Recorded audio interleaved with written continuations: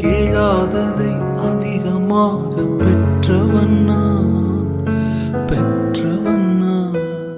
அவர் உமது மன விருப்பத்தின்படி உமக்கு தந்தருளி உமது ஆலோசனைகளை எல்லாம் நிறைவேற்றுவாராக. சங்கீதம் 20:4. தயாளத்தின் உதாரணமாக நீர் என் வாழ்வை மாற்றி விட்டீரே.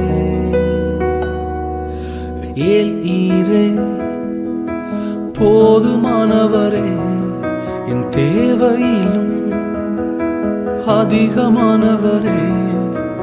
ஏல் ஈரே போதுமானவரே, என் தேவையிலும் அதிகமானவரே.